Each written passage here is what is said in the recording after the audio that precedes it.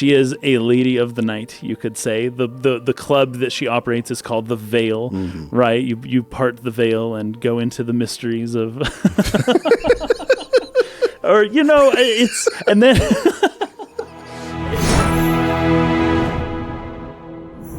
Welcome back to the State of the Arc podcast. My name is Mike. My name is Kason. This is episode 4? Yeah, this should be 4. 4 of our Final Fantasy XVI analysis. All right, so today we're going to get up through the Drake's Head mission. Yeah. We have both played to the next big Mothercrystal mission, the Drake's Breath, but I have not had time to go back through all of that stuff again. So I play it, and then I go back through and I watch all the cutscenes a second time, and I take notes during it. I haven't had a chance to do that yet, so we're going to hold off on going any further than Drake's Head today. But next time we'll get through Drake's Breath. Okay, so we had a vote. For those of you who are not aware, our patrons vote on which games we cover next on the podcast. Yeah. So after Final Fantasy XVI, they had already voted on Tactics Ogre. So that was the game that won. Yeah. However, I'm feeling like we need to take a break from stuff that fits kind of in the same vein of what we've been doing for a long time. Yeah. I like to break it up a little bit. We did BioShock and like Silent Hill 2 a while back. Those were nice divergences from sort of the typical JRPG storyline that we tend to cover on this. So I'd like to do that again now that we've done Nier Automata, Final Fantasy 16 on the backs of each other, and do something that is thematically different so that we're not talking about Jung and the Shadow and stuff like that every single time, right? But that applies forever. I mean, it does. I mean, there's some universal appeal there, but it'd be interesting to dive into some thematically different territory. I'd like to do that to make sure things don't stay stale.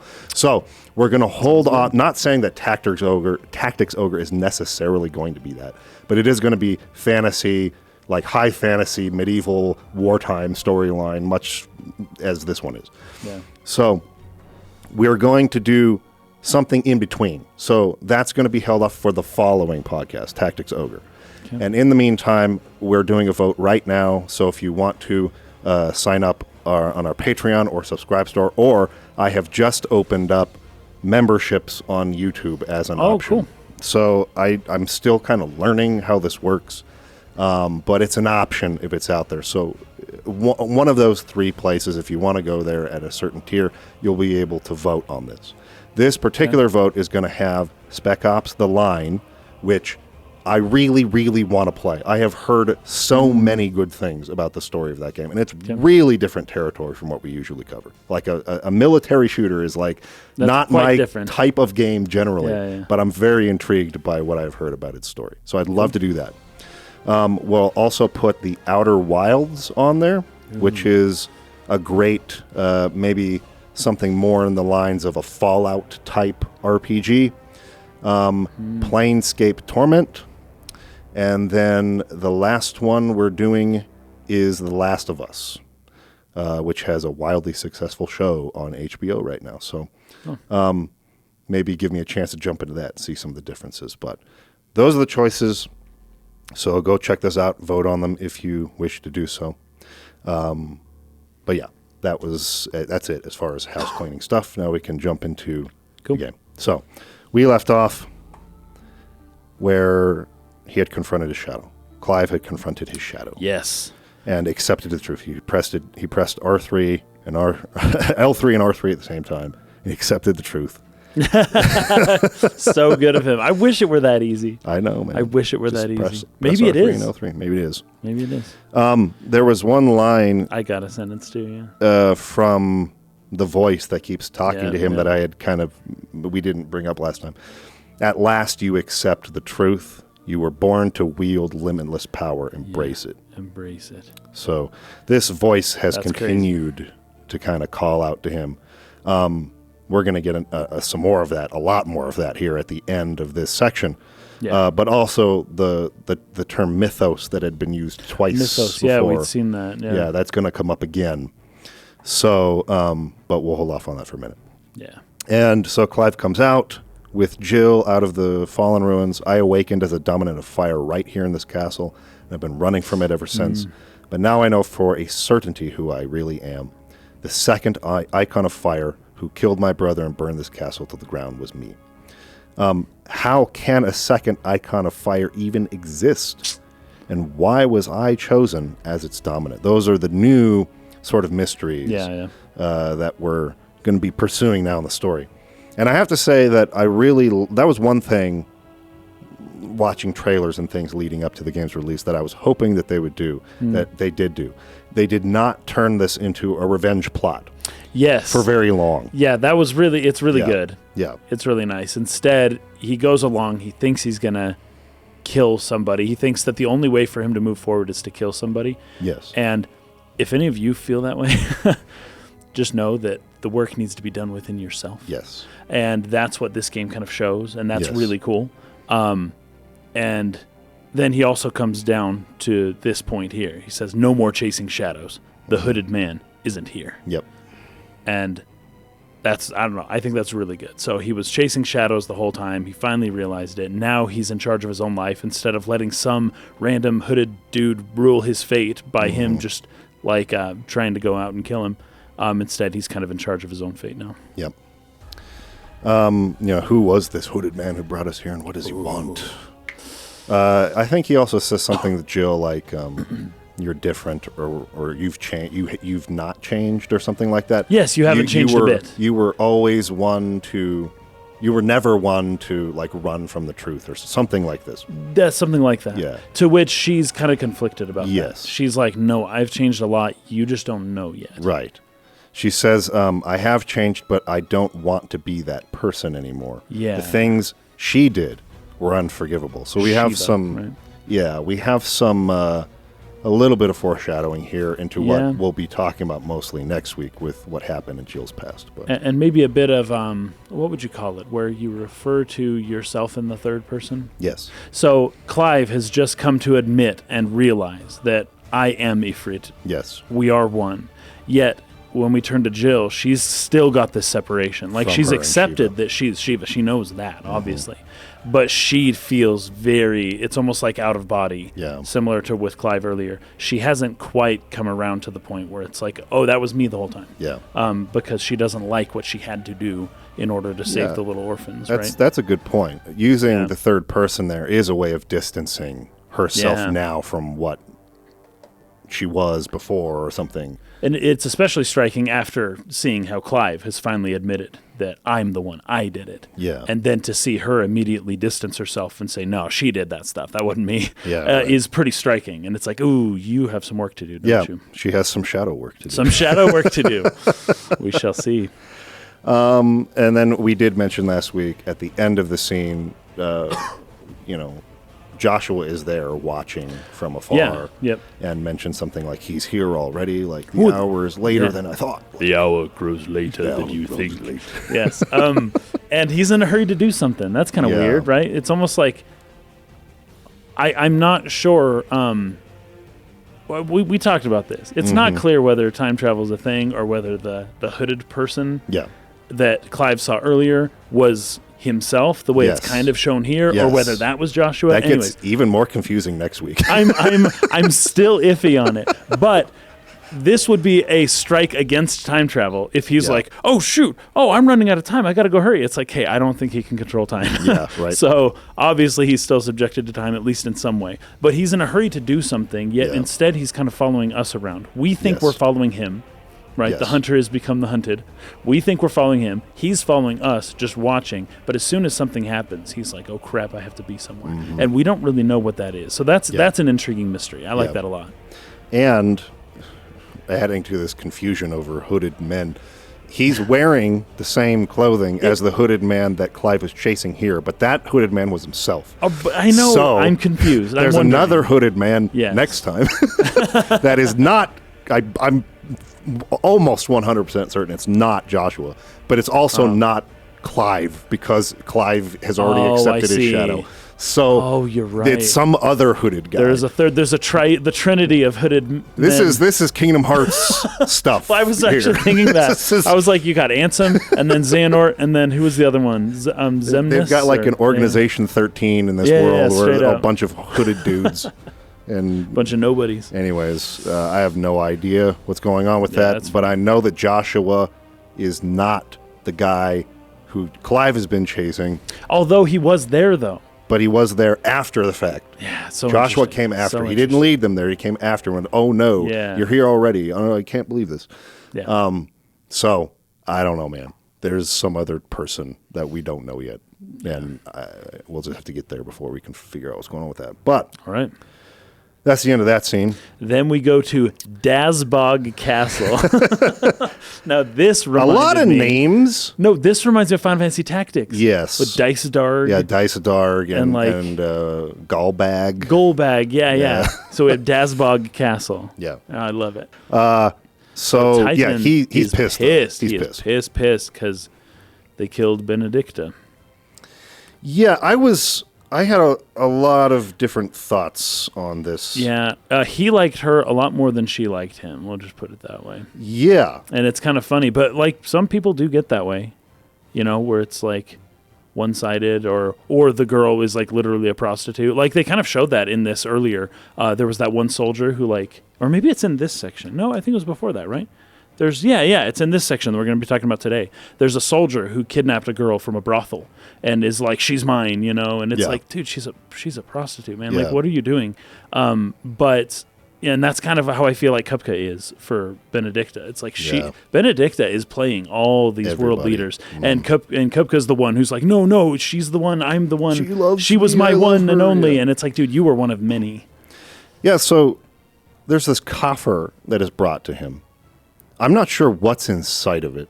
I'm trying to think because it's a box. Something that resembles her. I don't know if it's supposed to be ashes. I don't know if it's supposed to be clothing and like maybe that little was that little emblem thing that Sid laid on her when she died. Oh yeah. I don't know if it's just effects or if it's like ashes or I thought it was something like that. Like that emblem. Yeah. Was part of it. But also, oh gosh, what happens? Yes, when Mick's just put up a GIF of Seven. I don't know if you've seen that movie. No. What's in the box? What's in the box? I won't say anything about it. For people who haven't seen the movie, you should see it. But that's what I was thinking. Yeah. Something like this. But then I'm thinking, why would Sid do this at all? Why would Sid send Benedicta's effects or remains or whatever to Kupka? Like, why would he do that? That doesn't make any sense. And then I thought about it. He didn't. There's no way he did it. No, this is somebody else who is seeking to manipulate the situation, and because Sid left the body behind. That complicates things. Sid left her body behind. He didn't. He just walked away. Yeah. Somebody else came around and went, how can I use this? And then sent it from Sid to Kupka, the box, to piss him off and get him to move. Well, I'm pretty sure that's what happened here. I can think of Annabella, and that's probably about it. Could be her, could be whoever Organization 13 Hooded Man is. I don't know. But it wasn't Sid. I'm calling that it was not Sid who actually sent that. Because that just that's just stupid. That makes no sense to do that, right? So somebody did that in Sid's name. And so now Kupka is going to find him and crush him. Yeah. So he basically sending people out to try to find out where the location of their hideout is. Yep. Right. So as Jill and Clive come back out to Eastpool from the Phoenix Gate, all the people there are being slaughtered by Imperial soldiers. And the city got burned. Eastbrook got burned. Everyone's dead. And even Lady Hannah, who was Murdoch's wife, everybody's dead. So you fight all those guards and you finish them off, but not before you couldn't really save anybody. And Gav ends up showing up at the end of the scene. Oh crap, we were too late. If only they had come to us sooner, none of this would have happened, because they were kind of living in their own place instead of coming to the hideout, right? Oh, okay. And there's a couple of other places that are this way too. I know that there are people even in Martha's Rest and Yeah. areas like that just they decide not to go to Sid's hideout. You don't want all your people in one place. Yeah, it's probably a good idea. because of what is about to happen. Yeah, right. Yeah. But anyway, I took some dialogue here from Clive. My mother always did despise bearers. So these soldiers were sent by Annabella to kill these bearers, right, who had been hiding them. Yeah. The way father embraced them when other nations spat on them as slaves. The way an accident of birth gave them power that others lacked. And then Jill says, but why kill everyone? They meant no harm. They just wanted to be free. And I liked this line from Clive. This world judges that a crime punishable by death, which is why we're going to change it.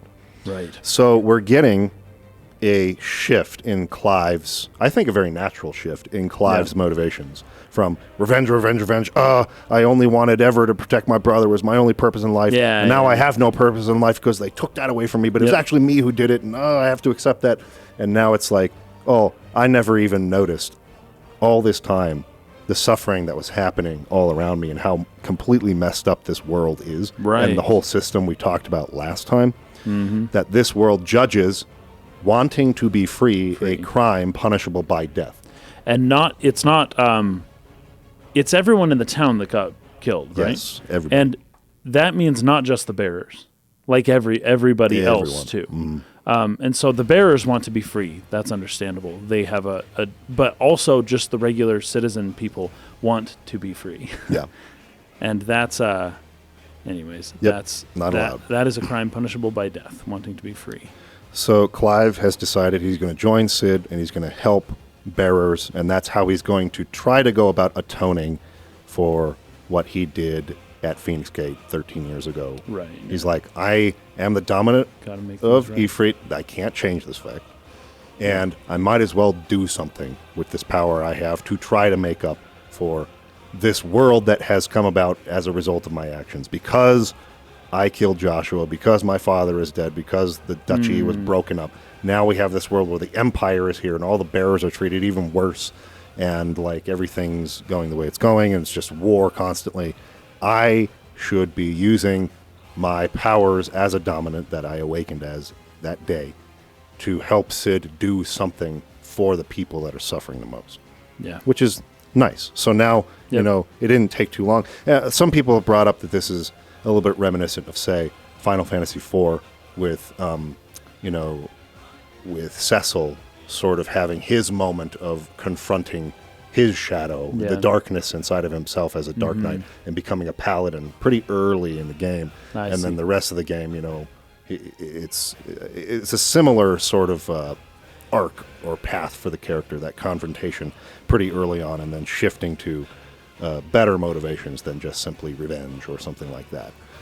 So I like that. I like the way that played out quite a lot. Yeah, that was good. And then some cliche spy joker sees us. Yes. And this sends guy word to Kupka. He starts following us. Right? Yeah, he's some spy of Kupka's who's going to follow us to the hideout, discover where it's at, tell that, and bad things will be result of that. Okay, so you return to Sid's hideaway. After that, we have a scene with him in the solar. I liked this line. There will be time enough for quiet contemplation when I'm dead. Yeah, exactly. Because he's so busy. People are coming, and he's always accepting new people all the time, and it's really busy around the place, right? So Clive basically tells him he's accepted the fact that he's a dominant, and he wants to help, and all this. For 13 years, killing was all I knew, so obsessed with death that I never stopped to consider the lives of those around me. Lives that I see now are scarcely worth living. Be they bearers or beggars, most but march blindly to their end, never realizing that they too deserve a choice. And I dare not turn a blind eye to their suffering any longer. Very nice. Jill then takes his hand and says, that's the answer we found, or he says that's the answer we found, and she says it's the only one we need. So they're ready to, fight for good. And Sid says, I'll be expecting you both to pull your weight. With a sprinkle of fire and ice, this plan of mine might just work. And so we cut away from this. I've got the line too. Forgiveness and salvation can only begin with acceptance. Yes. It is a path we all must walk. Yes. Right? First you accept it, then you can attain forgiveness and salvation afterwards. Right. So Clive and Jill seem to want to atone for the entire world's suffering, right? Yes. They're going to take everything on their back. Now, here is a small example, I guess, of sort of a general trend I've been noticing in my playthrough up to this point that I'm not like the fondest of. They cut away right in the middle of this scene where Sid is about to reveal the truth about the Mothercrystals. Oh, yeah, for some And we go away to Oriflamme with the Emperor and the Council of the Elders, which we'll talk about in a second. But then we just come right back to that same scene. After Sid would have explained this, and the result of Clive being like, "Are you kidding me? That can't be true." And I feel like this game, especially after the events of what we're going to get up to the end of today, it does a lot of skipping sometimes through the parts that I'm most interested to see something there. And then it will come back and show other things where it's just like, okay, like, I'm not like loving this particular section. And this has actually been something that has become, it's fun to watch the tides of opinion on a game shifting as the game is coming out, right? Like we were a little bit critical in our little video that we put out before the game launched about and people were like, people were mad that we weren't calling it a masterpiece, right? And then slowly we've seen that start to shift into a lot of people being of the opinion there's a lot of really kind of busy side quests, the pacing's really off. A lot more of these types of sentiments have been coming out, and I'm starting to see what some of those people are talking about, though we still have a long way to go. Yeah. But I just felt this cut was weird. Like, it builds up to this big, almost triumphant musical crescendo. I think it's using the Final Fantasy theme even there. Yeah. As Sid is about to explain. Well, I think it's we're gonna sneak into the Imperial capital. Yeah. Like, oh sweet, and then they show the Imperial capital. Yeah, and I guess that's probably why they felt justified in the cut. I bet you the game directors were like, wait, no one knows what the Imperial capital is. Yes. Before we continue this scene, let's put in another scene of the Imperial capital. Then we'll come right back to it. Probably I could see them doing that. And I could even see maybe a movie doing something like that too. Yeah. Maybe, but it's weird because you within this game you go through lots of periods of gameplay and then you have several cutscenes in a row. Yeah. In fact, I'm thinking something like Triangle Strategy. Yes. Where you'll play, and then it's just you got like 5 cutscenes to watch, and they're all from different places. Yes. I feel like that's what happens each time a big moment happens. It's like, okay, let's get everyone caught up now on the other goings on of the world, and then now you're back onto the main line. Yeah. It's interesting. I don't know that it works as well in this as it does in Triangle Strategy. Not least because those are skippable, but also just the type of game. Cutscenes are skippable here too, but I don't remember how to do it. But I see. Yeah. But anyway, But yeah, I think you're right. I think they were thinking maybe, oh no, what if they don't know what the Imperial capital is? Let's go show a scene with the Empire. Yes, but do it first. They have a map literally in front of them. Yeah. They can point to the Empire right here on the map, and you can show the big Mothercrystal mountain thing behind that little castle as like the icon for that city or Oriflamme or whatever. You don't have to do this weird cut breakaway for like a long time and then come back to the exact same moment we left off on, except you skipped all of the cool revelation of why Sid knows that the Mothercrystals are... Anyway, I didn't love it, but I do like the scene in Oriflamme itself. No, I do too, yeah. I thought that this was really quite good. So the Council of Elders are all sitting there deliberating about all the problems that the Blight is causing. Yeah, the Blight, limited resources, and then the borders. Farmers' harvests suck, and how we're going to feed our people, they're going to starve, and all this. Yeah. And the Emperor is basically calling them out on their bad leadership. Yeah. So he says, if it's fertile land the Empire requires, we need but look south. Yeah. And they're like, are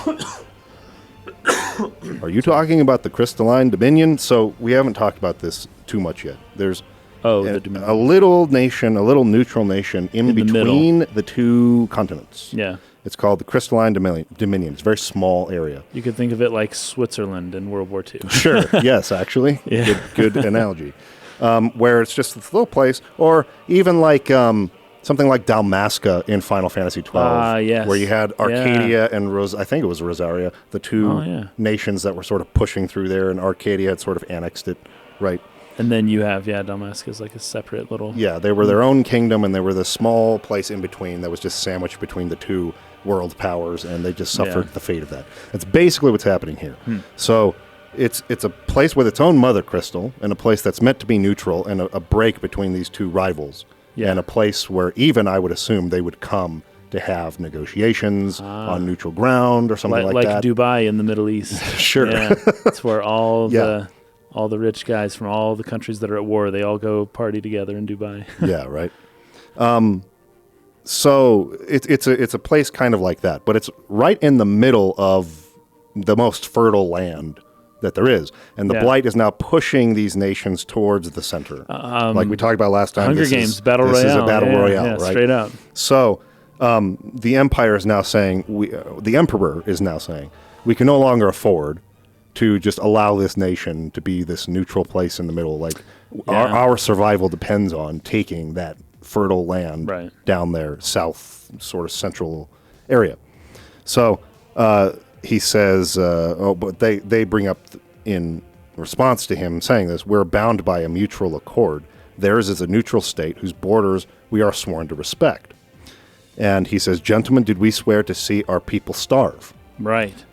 This is the catch-22 of people in leadership, where it's like, how could anybody start a war and kill people? And it's like, look, people do that in particular when resources are scarce, and their own people are the ones who are going to die now. So which one? Are you going to have your own people die, or are you going to kill the people of the next country over? And take stuff. Well, if your people are going to die anyways, may as well use them to try to annex something else to give them a better life maybe in the future. That's now it doesn't always their way of looking at it. It usually doesn't work, right? I mean, there's also such a thing as foreign policy and asking for aid and offering something to that other country so that you may share in the blessings and resources. Reciprocity and what would you call it? Like trade, like synergy, like you can both help each other out. But no, they got to dominate. Yeah, exactly. It usually goes the other way because they're afraid that they won't help us or that they'll hold this over us. We'll look weak in comparison to them. They'll know that they have an advantage over us, and now they'll try to do something to us. It'll justify it whatever way they. What I love here, though, is that the king wants a war of conquest, but his council of elders are for the most part, they're opposed. Yes, they're like, we're not going to wage war. What are you doing? Like that's ridiculous. And it's so funny because often you'll see the trope of the good king surrounded by like the evil like counselors that are like all telling him like, oh, we should go to war, and then the good king is like the one who's like, we're not going to war. But in this we sort of see something like the opposite. Now I doubt these elders are like all that good people. It's because this is an empire. Empires are bad. There Kingdoms you go. are good. So the king is the good guy. That's the emperor. Rule. That's the rule of JRPGs. Empires are bad, kingdoms are good. That's right. That is exactly right. Did we swear to see our people starve? The gates of Oriflame buckle at the flood of those who come seeking refuge. So people are already coming there for refuge from escaping the blighted lands. So they're already receiving a ton of people, but they can't even feed the people inside of the city, much less outside of it. Yes, exactly. If there is not grain enough to feed those within our walls, how, pray tell, will we feed those without? But instead of setting your mind to riddles such as these, you lock horns with an enemy from across the sea, sending our soldiers to the slaughter by the thousands. He's talking about their kind of ongoing war with Waloed. Yeah. The empire bleeds, and you sit here prattling like crones in a tea house, and you fancy yourselves leaders of men. Sambrek is not without her citizens. We are but their servants, and their land is being wrested away. It is our duty to claim new lands for them. Sounds so good when you put it like that. It's so obvious, and like what other choice is there? Sounds so, noble when you put it like that. He just really loves his people a lot. Way too much.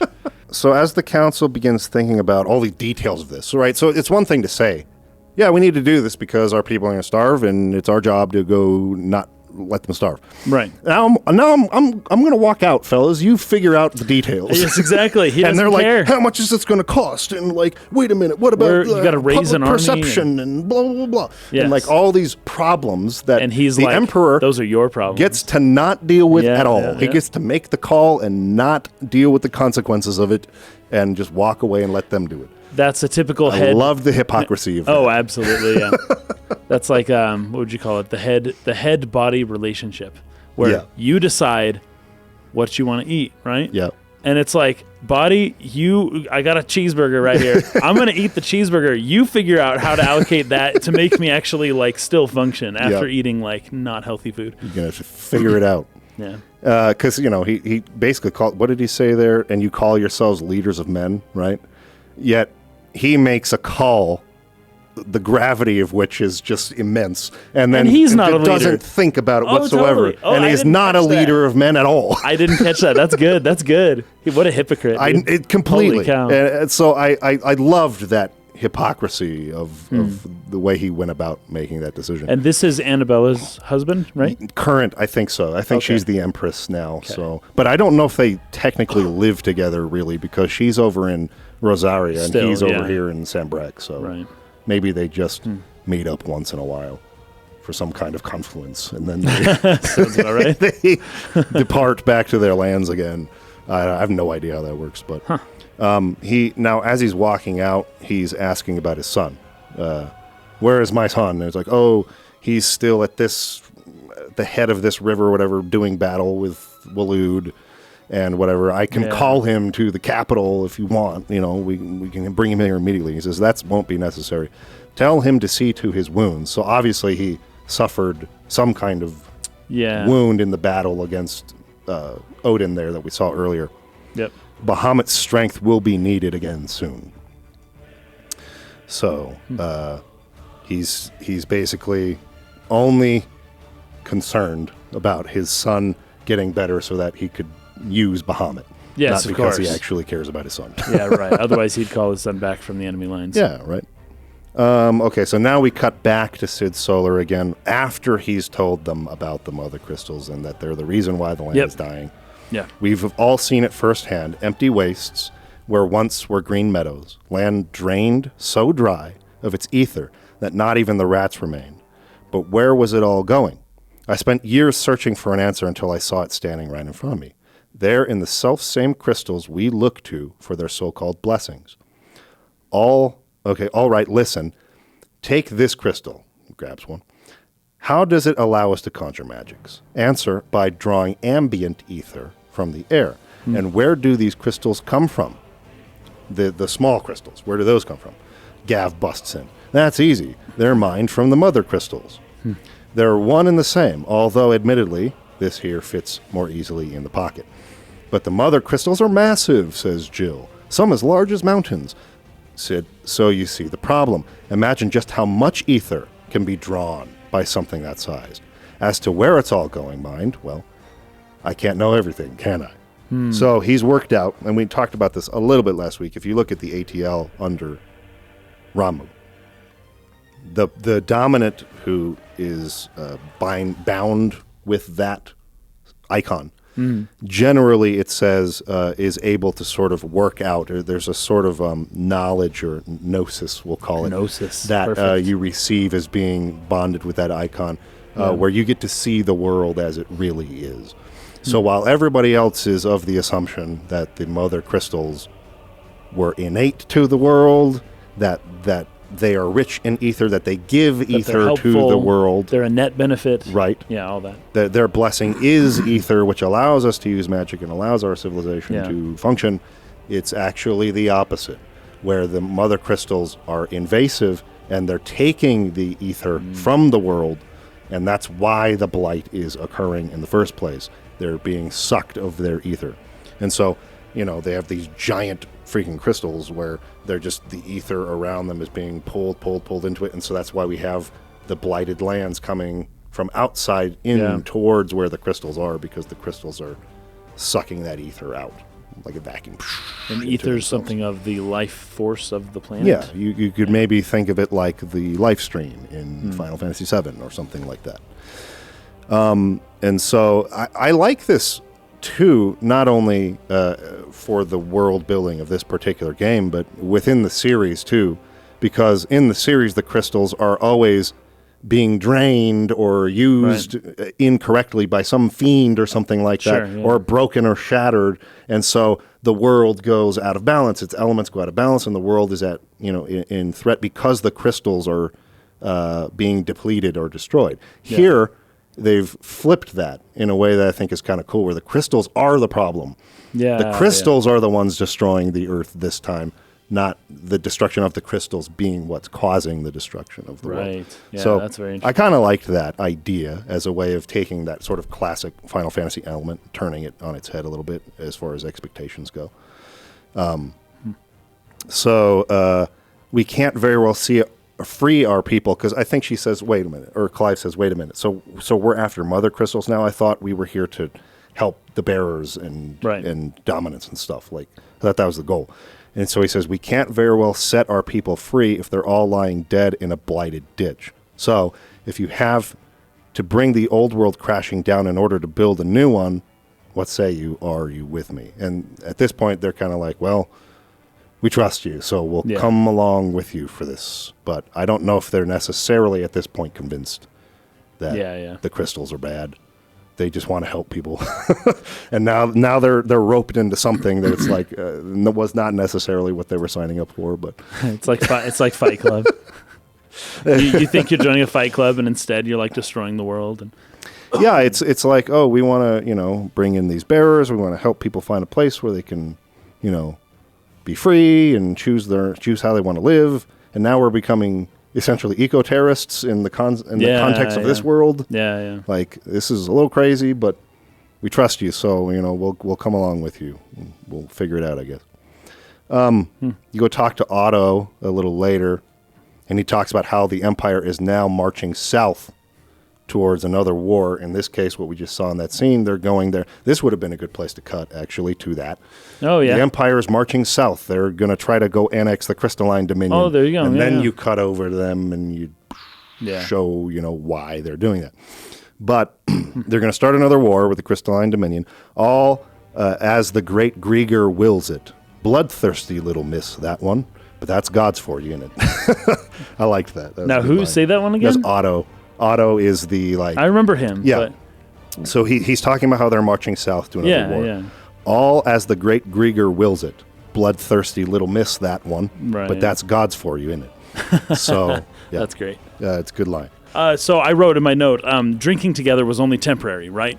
But to show they're serious this time, they both stab a crystal with their daggers. Should have mentioned that, right? Yes. And that's as good as a contract, right? Yeah. It's interesting to see the imagery of swords sticking out of the crystal, right? That's their goal. That's their aim. They aim I feel like destroy the crystals, or at least the mother crystal, to stab it right in the heart. Had they not made the Phoenix and the Ifrit the logo of Final Fantasy 16, it should have been the swords in the crystal could have been a good one. That could have been a pretty cool symbol. Well, if they do an FF6 ending where it shows each character in the cast on a parade, and then one icon that resembles them. Yeah, the missed opportunity if they don't do that. The credits in this way.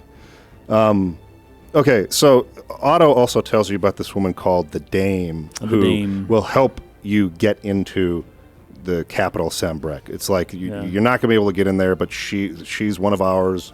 She'll help you, right? So go find her. So that's kind of the next objective, to go to Northreach, the gate into the capital city, or into probably more just like the lands, because there's a couple villages and things that lead up to the actual capital itself. But there's a point where you need to get past these guards. There's really no other way around them except to be very friendly with the Dame. It's almost like it's the border of Sambrek itself, and this is Northreach Gate, which gets you into the country, I guess, of Sambrek, the Empire.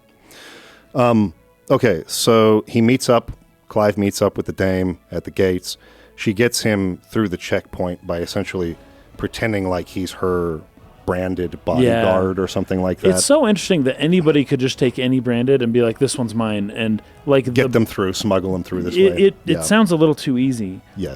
Especially because branded are branded so that people know to whom they belong. Right, but all branded have the same exact But they brand. all have the same brand, and it's like, they all belong to the Empire. Okay, fine, but that's not very useful. It's useful if you're just trying to ostracize them from polite society, right? Yes, okay, fine. Right. But it's not useful in terms of who do you belong to, and where are you going, and who you're with, and how do people keep track of, oh, this bear is mine, you stole my bear? Yes. Like, you can't prove any of that. The purpose of a brand would be to prove ownership. So I feel like I agree with you entirely, that they should have gone farther with the branding in order to address this problem. Like, I feel like the Empire would have done that, so that even if it's in a magical way, that I can identify who you actually belong to. You need a way to do that. Because somehow. then like you're saying, any smuggler could just like steal somebody's branded and move them around and things like that. Like, if they had a way of identifying, no, this person does not belong to you.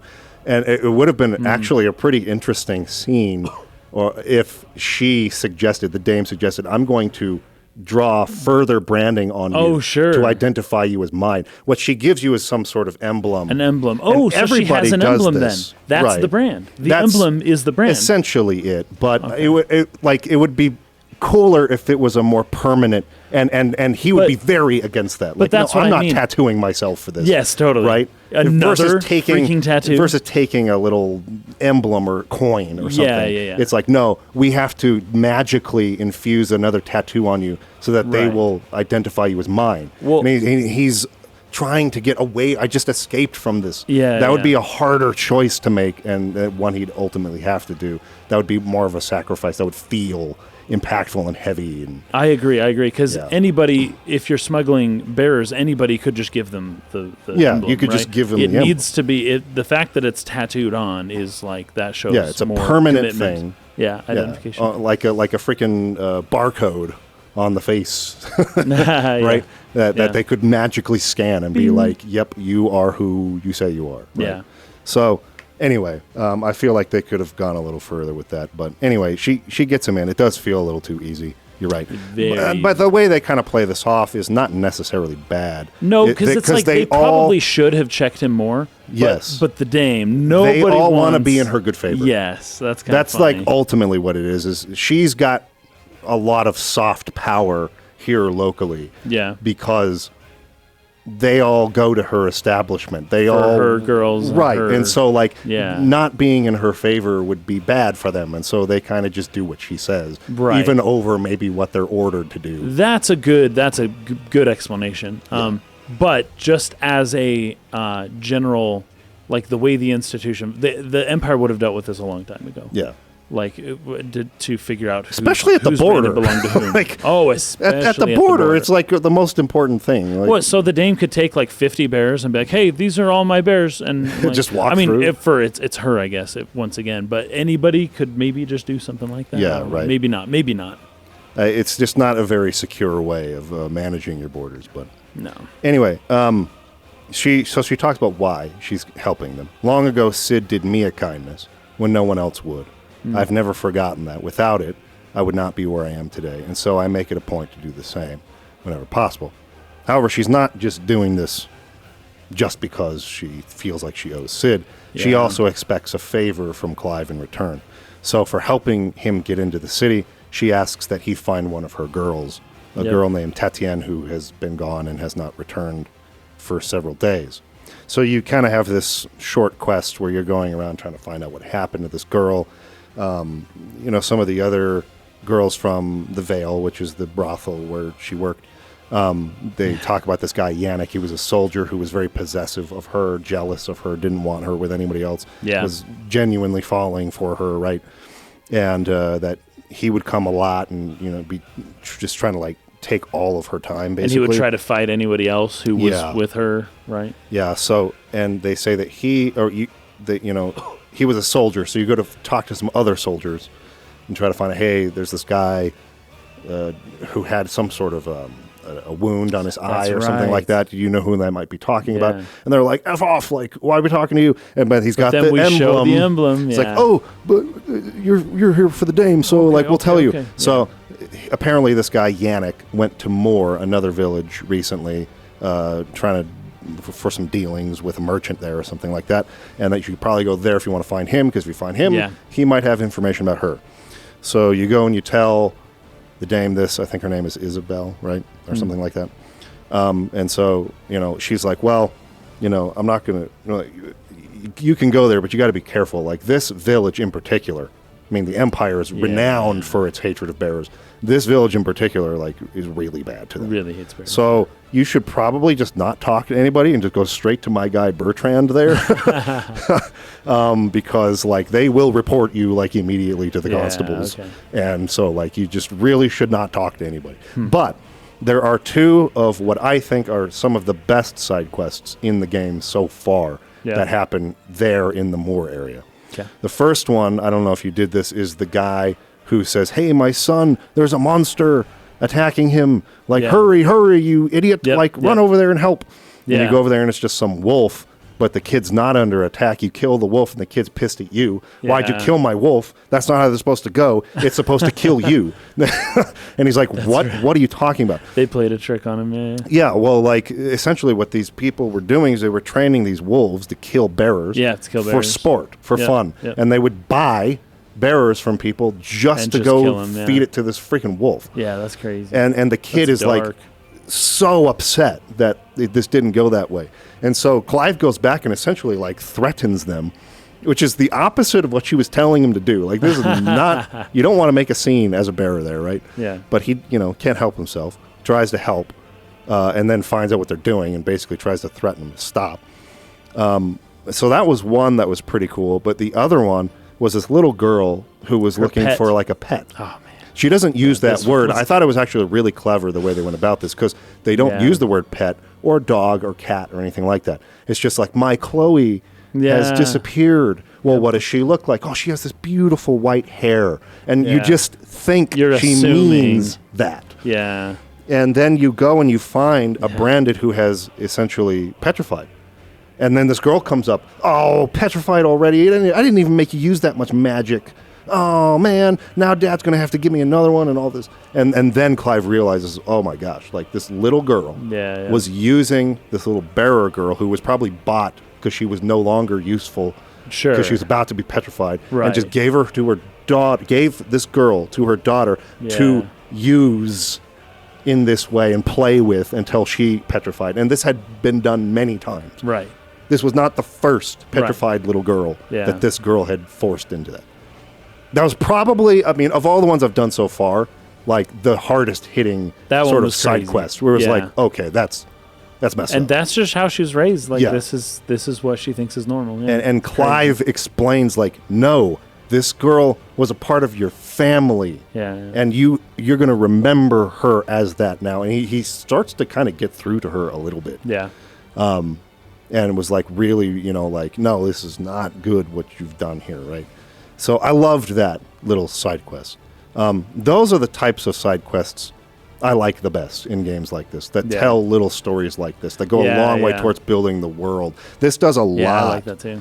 To give you a sense for what life for bearers is like in Moor and things like that. And it's a story that's super memorable. It's like when that happens, just like, whoa, like it's like a gut punch where it's almost more impactful than a lot of the main story stuff that you're getting, right? It just hits you, but it's short. That's the kind of side quest I like in RPGs. Like that too, yeah. And so I really, really liked both of these, but in particular this one. So then you get to Bertrand. Yep. He tells you Yannick had come and had argued with a merchant a couple days ago about some comb. And so you go and talk to the merchant. Well, he was trying to tell me it was an antique, but it's not. I can tell it's not. He was trying to sell it. I wouldn't. Yeah. Well, what he wanted to do was trade it. Right. For a newer, sort of modern, nicer one. Right. And he was trying to make the trade on the grounds, well, this is an antique. This is worth a lot, but I just want to trade it for something new that's expensive that I can't afford. Right. And the guy was like, no, it's not an antique. I stood his ground. The comb was going to be part of a wedding proposal? Yes. Like that? So Yannick had supposed that this comb that Tatienne had was a gift from another man trying to win her affections. Oh, of course. And he got jealous, and so he stole it from her and took it here to exchange it for one that he could use as a wedding proposal. Mm-hmm. That was his idea. She came after him being like, don't take my comb. That was a gift from the dame, not from another guy. So he had assumed that this whole thing, and then the two of them end up being killed by these wolves in the area, right? Or at least Clive says the blood is dried or that it's old or something like that. And usually wolves wouldn't just kill like that and not eat. So I'm not sure if it was the wolves or if it, but I think it was. But they didn't eat them for some reason. Okay, yeah, that's actually a good point. And then another soldier comes up and explains, he assumed that this was some other guy who was after her and this caused... And he says something like, if only he had bothered to ask. Right. Yeah. And now this struck me because this is something that's been kind of just on my mind generally of late. How often people make assumptions. Oh, yeah. And how Not quickly those assumptions think. Become reality in your mind. This is how it is. And you make decisions based on this assumption you made that you're so certain is true. Yeah. This is human nature in a lot of ways. Oh, for sure. I can't count the number of times where, say, I don't know, I've got some kind of problem or I'm assuming someone has a problem with me. Oh, right. And I'm in the shower or like getting ready for the day and I'm in my mind having this drawn out conversation or argument with this person who I assume is upset or that it's going to be really bad. And I'm sitting there like thinking of all the ways I'm getting like legitimately angry about it. I can relate. Then you actually talk to the person and they never felt any of those things. And it's super cool and there's no problem at all. Say like 9 times out of 10, that's how it goes. Yes. Yeah. And it's crazy. People are a lot better than you want to give them credit for sometimes. And I know. Not you, yeah, everyone. People in general, Yeah, we want to assume the worst in people. Yes. And that's usually, I would think, more of a protective measure. You're trying to protect yourself. You're trying to like guard yourself against the worst possible scenario. Yeah. But it goes to such a length so often to where you're just... Every choice that you're making is based off of assumptions. If you let yourself go farther and farther and farther into that kind of thinking. And it's really hard to break out of that and be like, okay, call yourself on it. I don't know that's what they meant when they said that. Yeah. Or I don't know that that's what they're thinking when they did that thing. I just had a call with an old buddy I hadn't talked to in a long time. And I had been making assumptions about things that I had heard he had said or had done. Yeah. He had done a lot of the same for me, and we had never bothered to talk to each other about it in probably 2 years. Wow. And this had come to a head, and he was upset, and I was upset, and like we're talking to each other, and all it took was bothering to ask. And by the end of this conversation... It's such a low, like, matchbox level obstacle to overcome. It's just communicate with people, dude. It's just talk. And you find out that's not at all what happened. They find out, no, that's not at all what happened. Holy crap, there's this context that now that I know that, oh my goodness, that changes everything. Right. But that's my whole point. It only takes... that much context that we did not have the imagination to assume in all of these assumptions we've made to go, oh, terrible conclusion. It's like you could not have ever conceived that there could be a legitimate reason for whatever you're assuming. And then the reason comes and it's like, oh my gosh, that's so easy. It's so obvious. It's always so freaking obvious. That's why assumptions are so bad. And this even goes into... even like into politics or conspiracy theories and things like that. There are a lot of assumptions being made based on, well, we know this, and there's no other reason other than this that could possibly be why they're doing it, right? What is it? The Occam's razor, right? Yes. Or like what this is Sherlock Holmes. He says, once all possible options have been exhausted, then whatever remains, no matter how improbable, has to be correct. But that's only assuming that you actually accessed all of the possibilities to begin with. Yes. So if you only exhausted your mind's possibilities and then said, well, it's got to be this one, it's like, well, maybe think for a sec and take a step back and think that maybe you don't have all of every single possibility in your mind right now. Yes. Now, or just think it through a little bit more, maybe. Yes. Yes. Right? But we kind of only exist in this, like I've said in the past, like a little prism of our own brain. Right. And which we is can't so help it. limited. Right, yeah. But like that is reality to Yes. us. What exists inside of here is the only thing I can say Yes. is reality. And so Yes. the only thing, what the limit of what I am able to assume and imagine is the reason, right? Or even sometimes our emotions get in the way of that. Oh, yes, possibly we quite could often. have Yes. greater imagination, but what we're trapped But in. you'd rather hate those people. Yeah, in problems or even like psychological barriers that kind of block us or have shaped It's our true. thinking. They must be thinking this way about me because I am a terrible person. I really feel this way about myself, but that's all subconscious. Or, yes, I want to justify my ideology or mode of belief or my hatred of these people. Yeah. So, yes, I'm going to find the assumption, and this all happens like so quick in our heads, right? Totally. But my whole point is assumptions are bad. But they Do not assume you know things because you almost never really know what's going on with someone else. Yeah. Almost never. This is one of the big takeaways I took from Kant, from A Critique of Pure Reason. Yeah. Is that he agrees with you. Assumptions are not good. Yes. But humans can't. We don't know everything. We don't know anything. Yes, we don't know anything. we can't act without making some assumptions even at like the base level, right? And I think that's where this whole problem comes from. Yes. It's like you're assuming the wrong. Why do you have to assume negatively? Maybe if you're going to assume anyways, because you have to make some assumptions to then build on for like some first principles that you just assume are true and then build on top of those. Just make them be like maybe a little less pessimistic, maybe less cynical, maybe a little bit more loving and open to your fellow people as also conscious agents who are trying to do their best as well. If operating with that assumption instead of whatever else you're thinking, right? Which may or may not be and true. this goes the other way too. I mean, you don't go out of the cave when the tiger approaches, assuming, oh, this cool kitty is coming to like have fun and play. You assume right? that it's a tiger. So you have to have some level of assumption that keeps you safe from harm. But it's so much easier to go the other way. Yeah. And to actually make assumptions. It's better to make assumptions maybe, but be open to the fact that there could be context you don't know. And if somebody out there can provide that, then I'll listen to it kind of. Right, at least be open. Yes. But the idea is that how often do you encounter somebody and it's a negative experience? It's not very common for me. Most people I talk to, I'm like, they're nice, cool, interesting, good people. Even if I thought they were dumb and wrong and bad in my mind, once you meet them, it's like, oh, they're a person. Wow, I don't know why I didn't assume that to begin with, but it turns out they are a person just like me. Right. But 9 out of 10 of your interactions with other people are good. Then why would you go into any interaction assuming the other person is bad?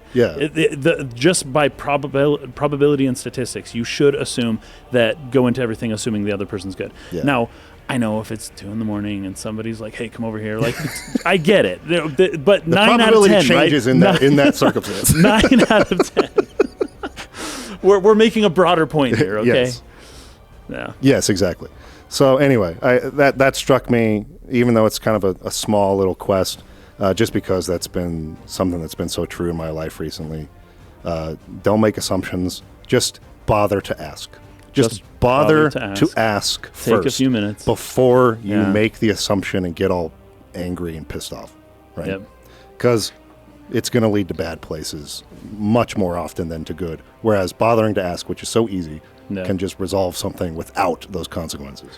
Goodness, I feel like we just saved 1,000 people's relationships. I hope so. I freaking hope so. Communication Communication is simple questions. Super key. Like, even if it's just like, are you mad at me? Yeah. I even when I am mad at somebody, if they ask me, are you mad at me? It immediately makes me less mad at them. And like, no, and then I realize it's my problem, you know? Like this happened with my wife every now and then. Like, no, I'm not mad at you. It's something else. And then I'll immediately soften up. But just like, and then vice versa, you know? If you just ask that simple question, right? Like, people won't admit, yes, I'm so mad at you and I don't like you right now. Like, it may be once in a while, but for the most part, they will likely soften up, unless it was like a super big Well, deal. because you're Big taking interest in the fact that, you know, obviously something's not right. And so the fact that you're interested, the fact that you care, I think is the key to softening a person up. Well, okay, they want to hear me. So they're giving me a chance to explain. So anyway. So another thing I wanted to mention here about the crest that we are given by the dame, it's a star and moon crest. Yes. And everybody mentions this, right? Now, she is a lady of the night, you could say. The club that she operates is called the Veil, right? You part the veil and go into the mysteries of... or, it's... And then... It's good stuff. Yes. Then you have...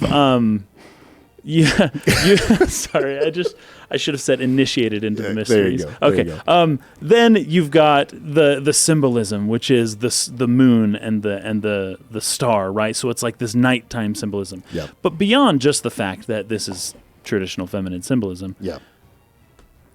The star and the moon, right? Right. Which star? That's my question. Is this Metia and Luna or whatever? Now, I don't know that this means all that much, but it's just at least to say that people acknowledge this. People know that there is a little red star there. Like, people are aware of the whole situation. And, the dame has taken it to be a personal symbol for her, that the moon and the star represent something deeply personal to her. Yeah. And that also Jill is the one who will pray to Metia and is always looking up at the moon. And same thing with Benedicta. We kind of saw that earlier. A lot of these female characters seem to be associated very closely with the moon. Whereas Clive and Joshua, of course, being the fire people and whatnot, they are a little more, I feel like, associated with the sun. Yeah. One thing I did notice from watching our podcast, though, that moment when Clive is being very open with Jill and he's explaining, I'm just so mad I killed people. And he actually like sheds a tear or two. He's like really, being intimately personal with her. He reaches up to the moon. Yeah. And then he opens his hand and then he makes like a fire kind of thing happen in his hand. Almost like the idea that I had mentioned previously of stealing fire is a gift from the gods, or it was stolen from the sun, right? There's almost that like, grab the sun and then boom, wow, I've got it, like the fire, right? He does it to the moon though. And I wonder if, obviously the moon's going to play a huge role in this story, but I almost wonder if it's instead of the Promethean myth of stealing the power of the sun, I feel like maybe that this story is somewhere more in the realm of stealing power from the moon or from the star next to the moon. Metia itself, and that's the direction it's going. And the moon's an important symbol, at least in part, because the moon doesn't create its own light. Yeah. All it can do is reflect the light from somewhere else, right? So in that sense, like, there's positive symbolism there, but there's also some negative symbolism there, right? Yeah. And so the power being associated with the moon specifically, it'll tell us something a little bit about kind of the metaphysics of what's happening here. Yeah, for sure.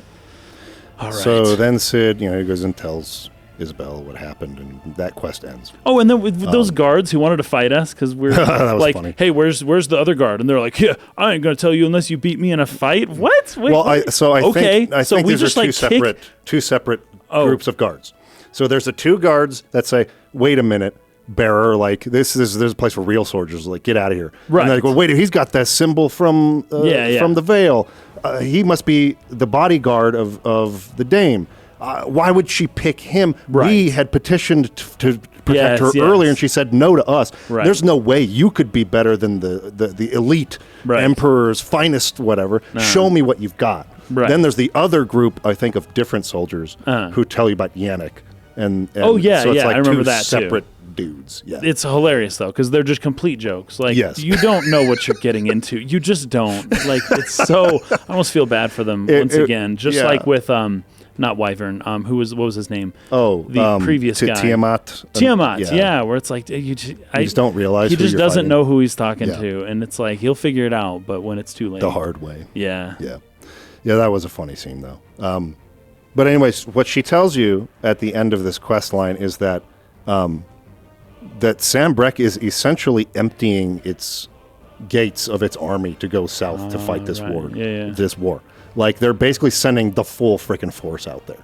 And that this may leave your crystal open to be taken. But I got confused because right after she says that, what did she say?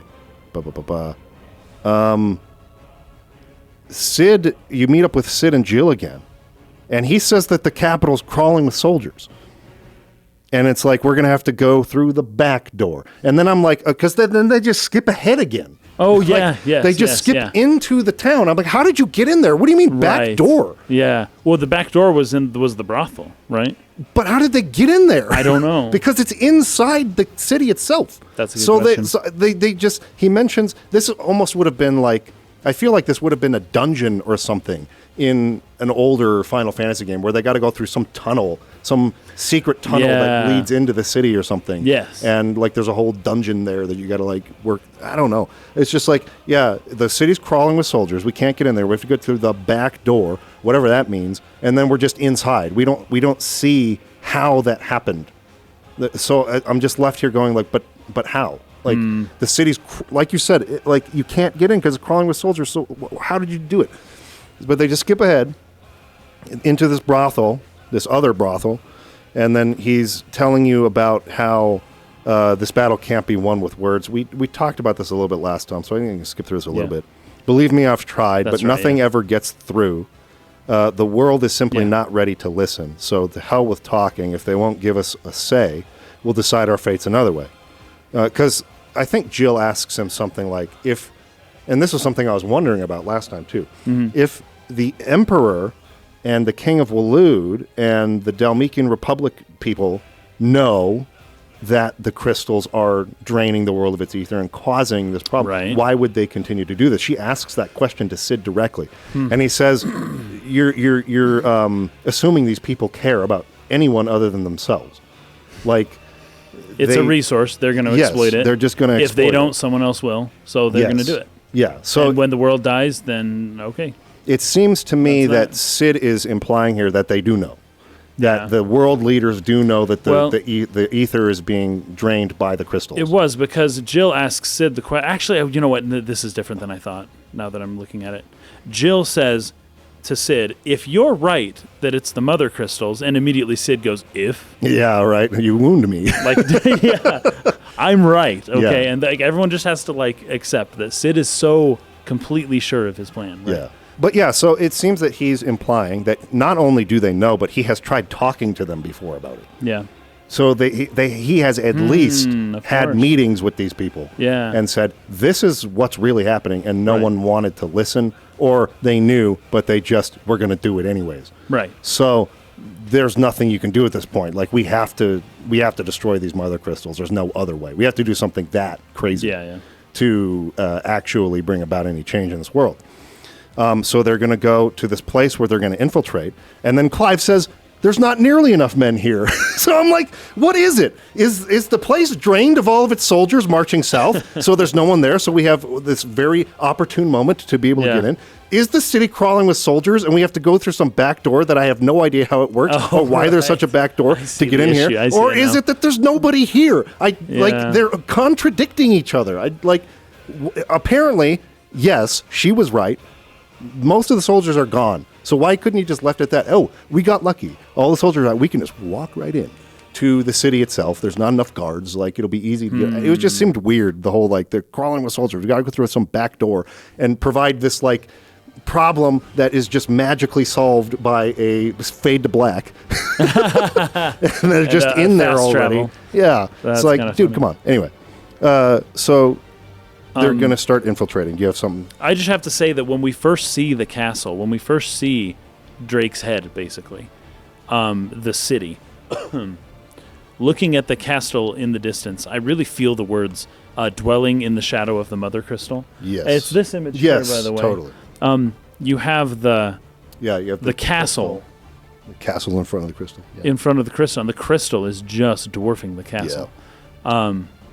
But it looks like that the town is trying to be the crystal. It looks like it's trying to be like the crystal. It's the town is built up in such a way as to resemble the crystal in some way, right?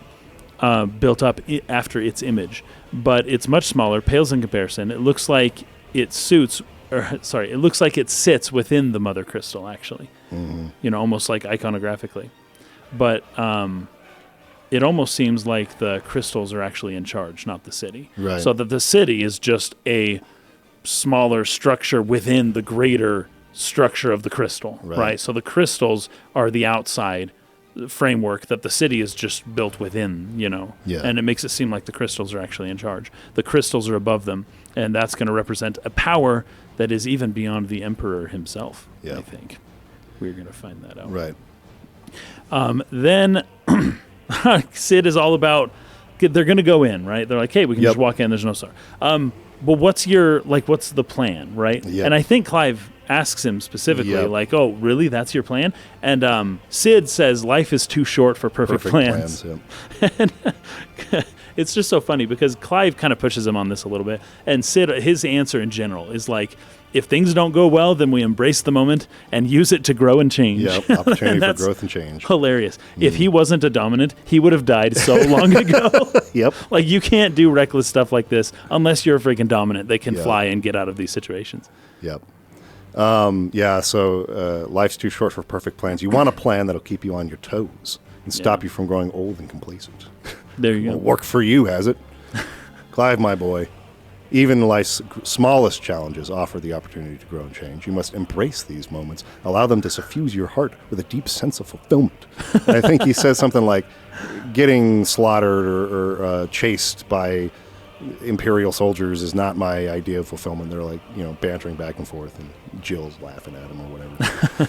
So they make their way in, and the further in you get, the more and more sort of like ambient ether there is in this place. Yeah, they say that there was a flood, an ether flood, or something like that, which is we had not heard of up until this point. So it's like, okay, all of a sudden we get into the crystal, and it's like things aren't going well. Like, there's supposed to be these soldiers positioned around the crystal, and it sounds like the soldiers don't like being put here because these ether floods, they mess you up. They get into your head. They change you into a monster, basically, and so the soldiers don't like it here. And the ones that were sent here are basically locked in. Right? That's like, okay, you guys stay here and protect it. They're just a bunch of monsters in there now that used to be people, in some way. But this ether flood basically comes out and it changes the nature. These ether floods are almost like a natural disaster in relation to these mother crystals. It's almost like a volcano. Like a volcano, exploding. But like that version of this for the ether, or for the mother crystals, is these ether floods, which causes people to go what they call akashic, where they're basically just become like zombies or something like that. Just Akashic? Flooded, akashic, AKASHIC, I think. Sounds like the or maybe the IK, acacia tree, which I think can get you high. I don't know why I didn't think of this before. So all the workers and the guards who are made to stay inside of these mines will have been turned by these high levels of ether, right? And so as you go further and further in, you start to see fallen ruins, which were similar to like the Phoenix Gate. And it's like, okay, now that's crazy. Like, because, Clive and none of the other soldiers would have been allowed to go into the ruins at Phoenix Gate. That's right. None of them really knew it was like fallen in nature. Right. And now we're going into not just fallen place. Literally. But there's monsters. Right. And so now it's like, oh, here's another fallen ruin with like all the same architecture, like. And this is the crystals, or what's going on with this, right? Like there's something more to this than that. So I looked it up. The acacia tree contains psychoactive alkaloids. Oh, there you go. So, it sounds ACACIA, acacia. They use K's, but it sounds very similar. It sounds, well, that's probably why I didn't notice it until you said it out loud, more or less. I guess, I don't know, maybe I guess they're voice acting it, but akashic sounds like something affected their minds and changed their behavior. You see like a hole in the wall here, and remember, the architecture of the Fallen is like almost indestructible stuff, right? So they come across this like big hole in the wall, and they're like, oh my gosh, what's this? And this is where he describes that he had been chased by Bahamut the last time he tried this, right? My little game of hide and seek with Bahamut ended here at tragic cost to this remarkable architecture. Don't blame me, he started it. And they're like, but how did you make it out alive? And he says, I walked, you should try it. So anyway, just being kind of evasive about the whole thing and funny as usually is. You go down and there's like a big dragon that's an akashic dragon. that, remember, dragons are sort of like a holy symbol in the Empire, right? Yes, in fact, this particular dragon is very interesting because he is guarding what they call the path of the goddess. Yes. Right? And so this is where I didn't bring this up before, but the fact that the dragon is about the feet of the goddess Grigor, and now we're seeing a dragon associated with guarding the pathway, which is the feet, right? Feet and a pathway, or I don't know, they can be saying the same thing. Yep. So you see the dragon's guarding. Now we get some more insight into that statue. The dragon isn't just there. The dragon is guarding the goddess Grigor's feet. Yeah. The path that she walks. The dragons are there. And we're seeing one of the manifestations right now. Yep. Which leads to the heart of the Mothercrystal. Exactly. Is guarding the most important place. Sid almost falls down into like a cliff area. And my note for that was, wow, Sid almost grew and changed a lot by freaking dying. Okay. Well, that whole little action sequence, I had a similar criticism of a part in Final Fantasy VII Remake, which you haven't played yet. Oh, yeah. But they have this this dungeon you're going through in that game where they have to cross this like filthy water. It's the part in FF7 after they get dropped down by what's his name, fetching the guy who brings all the girls in. What's his name? In Final Fantasy VII, he every night he brings like girls in and he chooses which one. Don Corneo. Don Corneo. Of course. So it's after Don Corneo drops them down into like the sewer area, the sewer, which was like 2 screens in the original FF7, and they're out into the ghost train area. Right. But in this version, there's like a whole dungeon down there in the sewers. Okay. So they're like continually crossing this like filthy sewage river thing, and there's like literally back to back 2 parts where it's like, oh no, I'm trying to cross, but I'm falling, and you catch my hand at like the last second. Oh great, you got me, pull me back up, and then they like walk around the corner to a bridge and cross again, and they do it again. It's just like, what the fetch? You can only do that so many times, and it's almost like this is funny. The go-to. We need something exciting to happen, but like, we don't have anything. But in the end, we need nothing. Let's make a bridge fall, and then nothing happens. Nothing happens. I hate bridge falling catch me scenes as a means of injecting action somewhere. Yep. It's so lazy, in my opinion. I freaking can't stand it. And so even the way they did this, I was rolling my eyes in the scene because, like, he jumps, and he's scared to jump, so he's going to jump across, and they're going to make it seem like, oh, he might not make it. And then he lands, he's like, whew, I'm okay. Now it's going to fall. Now it's going to break under him. And then it happens right there. And, oh, no, catch me. Catch. Oh, I got you. You're fine. Pull you up. Whew, that was exciting. And pointless, right? Like, why? Yeah. Just move past it. Just get to the exciting part. I don't know. Already. You got to get people's hearts to jump, and you got to have that hand grab, the hand clasp. Very important. Yeah, it's and I think what Tuff is saying here is correct too. He's saying the way I interpret that Sid almost falls cutscene is that his petrification curse has progressed to a point where it's affecting his movement. I agree. Oh, I think because he says something, I'm not as spry as I once was. Right. So I'm glad you brought this up because my reply to that is do something better than a bridge fall catch because it's so cliche. Well, it's there's so tons cliche. Of ways to almost you're fighting die battles across this whole section. Have him he doesn't have to just slip. Like try to do something and his arm fails him and it's like, oh crap, like it's petrifying. I can't do my magic. It'd be sick as anything other than a bridge collapse, catch me, I'm falling scene. His arm right here could have gotten blown off. Oh, that would have been sweet. That actually would have been really good. Anything. Missed opportunity. Anything other than that. Oh, and then so you get closer after you fight the dragon. You get closer. Oh, no, wait. This is before that. Okay, so right before we get to the Path of the Goddess, there's a gate you have to open. But you've got to, like, time it right to, like open the gate. And I thought it was kind of funny at first until I realized, well, it's still funny. It's still funny to do this, but the older FF games did this as well. Yes. Like, push the button at the right time to open the door. Like, Final Fantasy VII has that famous one in the bombing mission. And, it doesn't make it better necessarily, but it does make me feel better about it, knowing that at least it's a callback to a previous game that also had a silly way of opening doors. Yeah. Okay, so, you fight this dragon. I actually like this fight a lot. It was pretty cool. Yes. And then you get through the gate to where the heart of the Mothercrystal is, and Sid tries to like slash at it with a sword, and he's like, I think we're going to need a bigger sword. And Clive's like, mine's bigger. I was speaking figuratively here. I'm going to transform into the icon to do this, right? Yeah. So then he transforms into Ramu and destroys this little heart of the crystal, right? And right immediately on the back of that, this like freaking gate to the abyss opens. And yeah, that was crazy. Typhon starts coming through now. Typhon, Ep.4 Typhon. Yes, right. This summon is a common reappearing summon or monster in the Final Fantasy series. First appearance, I think, was Final Fantasy VI. I would say it's a common appearing name for a monster. Well, but the monster itself changes quite a bit. Well, the monster actually doesn't until now. Okay. So, like in the other appearances, like in FF7 as a summon, it looks the same as the FF6 design, the purple thing with the two faces, right?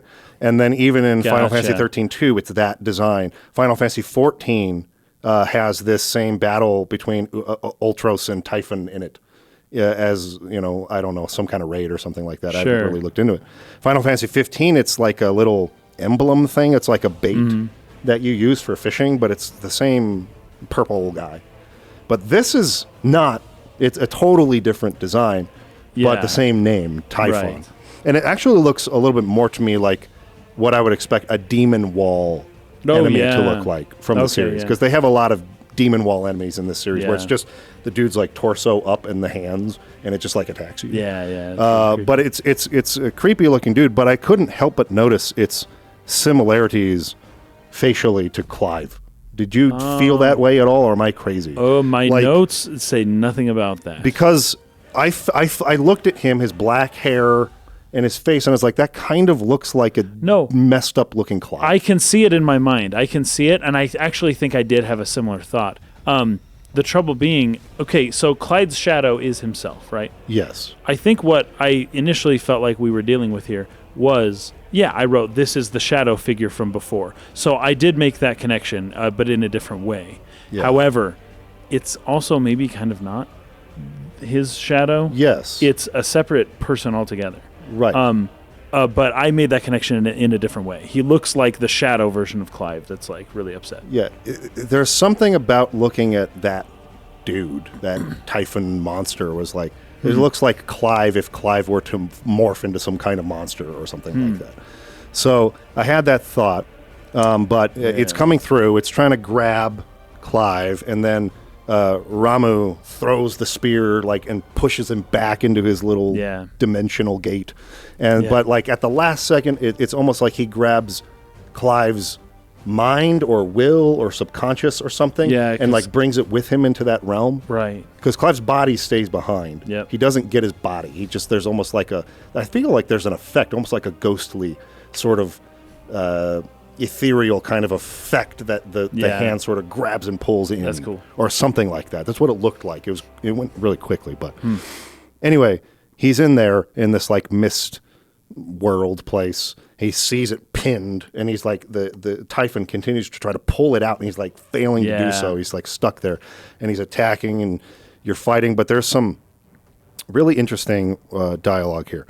So, Mythos, he says, as he's reaching out to Clive. It's almost like it's a name.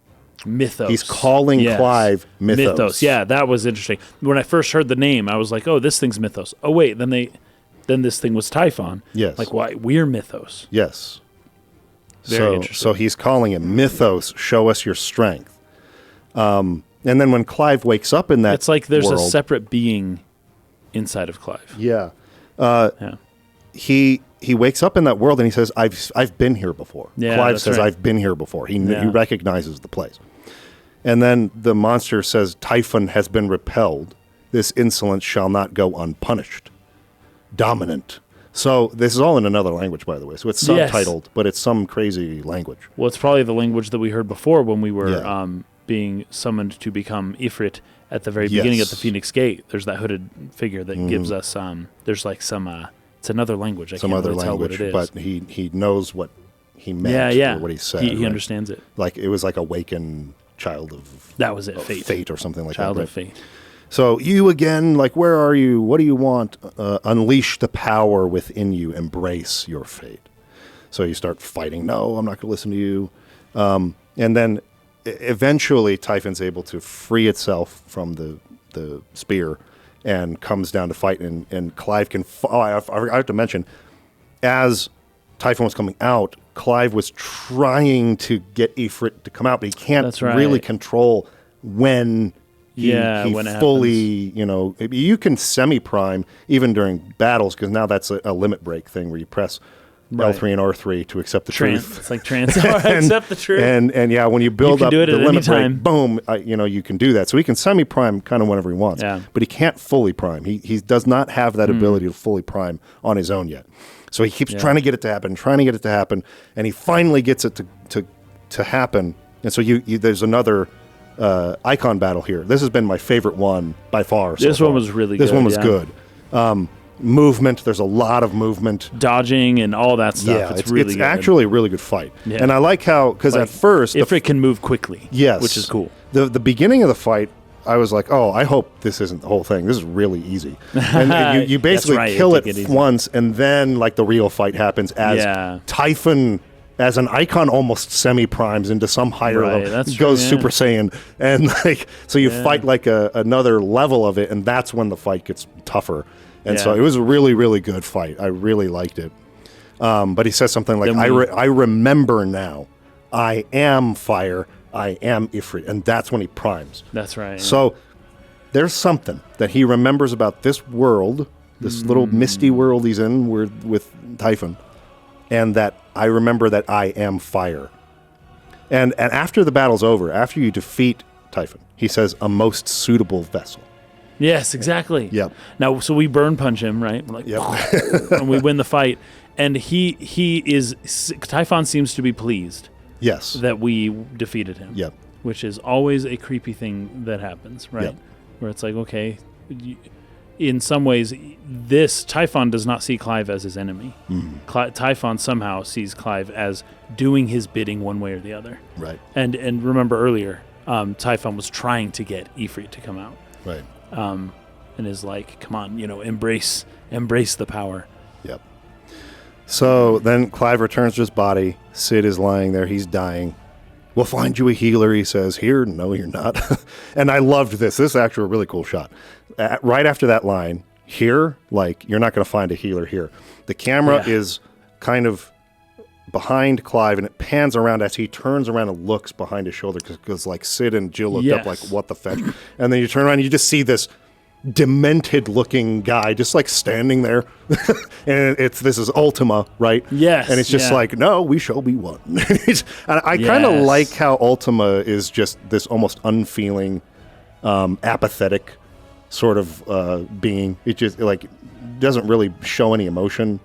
It's just kind of like, okay, we're doing this now, but there's something really unsettling about it, obviously. Totally, because something so important, something that we struggle to accomplish is just so simple and can so easily be brushed aside. That implies a really, really high level of control and like a ton of power hidden behind this particular character. Yeah. Where it's like, no big deal. Kind of reminds me of like in Mass Effect, what are they called? The Reapers. The Reapers, where it's like, jeez. Yeah, they just speak very robotically, very machine-like. Like, it's just a fact. Like, just accept it. Accept it. It doesn't make any difference if you try or not. Like, you're going to die. Yeah. Kind of that sort of thing. And so Sid recognizes it. So this was interesting. Sid says, I know who you are. And if you think I'm going to let you have him, think again. And he stabs him. That's over right. His shoulder. And he falls over because he's like losing his strength. Yeah. Clive takes the sword and like cuts through and like finishes Ultima, who falls to the ground and says, why do you deny your fate, your purpose? And then sort of like disintegrates, and it seemingly dies, but obviously doesn't, because Sid then gives the blessing of Ramu to Clive. That's right. And he says, one left. He had one cigar left. He's like, aha, like one left, that'll do me. And Clive lights the cigar for him. That's right. And he's like smoking his last cigar. And he says, Clive, for so long I thought I had all the answers. But then I met you, and I learned it wasn't a good death we should be fighting for, but a better life. It's all very well a man reclaiming his fate, but if he can't choose how he meets it, what's the point? Right. So I made a choice, and his choice is I'm going to give you the blessing of Ramu, which is going to be your new iconic blessing ability. And I mentioned this a bit in Nier Automata. There's a dark way of looking at this, but in this one, I think it's not so horrible. But a way of reclaiming your fate. There's a way in which choosing to die is the ultimate way of claiming fate and of becoming the master of your own fate. Yep. And it's like it is a very final decision to make. In BioShock with Andrew Ryan. Yes, that's right. That's right. A master. Yep. He had to be in control. And anyway. Yes, exactly. So that's what Sid is doing. He's like, it's so funny because you think he's just talking about Clive, where it's like it's all well a man reclaiming his fate, but if he can't choose how he meets it, what's the point, right? He chooses to die in this moment. Yep. And it's so interesting too because what he just said about like it's not a good death we're fighting for, but a better life. But at the same time, he's choosing his own death right now, like in that very moment. Right. He's trying to make a greater point, but at the same time, he is reclaiming his own fate and choosing how he meets it, and he's choosing to meet it head on, but allowing his power to remain with Clive. Takes guts. So they're very sad as he passes on. Yep. But Ultima comes back, and some like blue energy is like coming around me, and Ultima says denial. So this is how you would waste your will. Now that word, your will, was interesting. Yeah. An interesting choice of words. I think purposeful. This is setting something up, I think. Yeah. This is how you would waste your will. Perhaps it is time you learned your place in this grand scheme. And so then this blue flame starts coming out. But then as they're about to consume Clive and Jill, Joshua shows up. Yep. And saves the day. Takes his hood off. Yeah. Yep. I know you're here, Ultima. Oh, so you've learned our name. Speaks in the third person in this way.